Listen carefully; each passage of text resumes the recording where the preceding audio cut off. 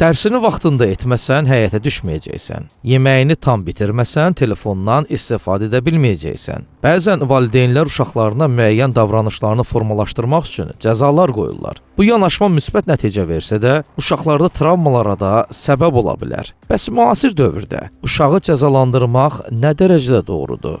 Psixoloq İlahi Aslanova deyir ki, cəza uşağın davranışını dəyişmək məqsədi daşıyır, lakin yanlış tətbiq olunduqda uşağın psixikasında qorxu və özgüvənsizlik problemi yaradır. Bu davranış qorxduqları üçün dəyişə bilir və amma uzunmüddətli təsiri mənfi nəticələr ortaya çıxara bilir.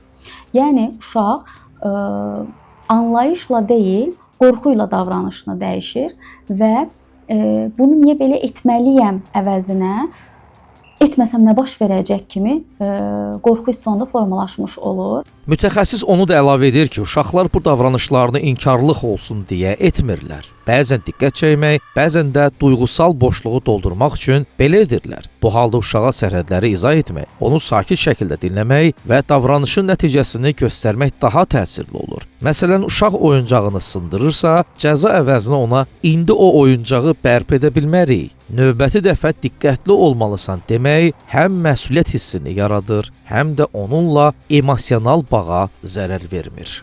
Cəza əvəzinə nəticə anlayışı ilə onları istiqamət verməliyik. Yəni, uşaq etdiyi davranışının nəticəsi ilə üzləşməlidir, təbii nəticəsi ilə üzləşməlidir.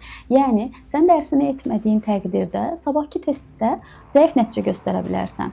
Amma istəsən, bugün sənə kömək edə bilərəm. Nə edir? Uşaqda məsuliyyət hissi formalaşır. Çünki artıq Avropa ölkələrində belə uzun müddətdir ki, cəzalandırmaq anlayışı əvəzini sərhəd qoymaq anlayışı almışdır. Yəni, burada valideynlər əsasən ardıcıllıq, davamiyyət və sakit səs tonu ilə eyni uşağın sərgilədiyi mənfi davranışa tutumluluğunu göstərmiş olur. Nəticədə psixoloqlar bildirirlər ki, uşaqların düzgün davranışı qorxu ilə deyil, sevgi ilə izahla formalaşır. Valideynin məqsədi uşağa səhvini başa salmaq, onu düzgün istiqamətə yönləndirmək olmalıdır. Cəza qısa müddətli nəticə versə də, anlayış və səbir uzun müddətli tərbiyənin əsasını təşkil edir. Firuzə Məlikzadə, Vüsal Hüseynov, Ayaz Süleyman, Soy xəbər ertəsi.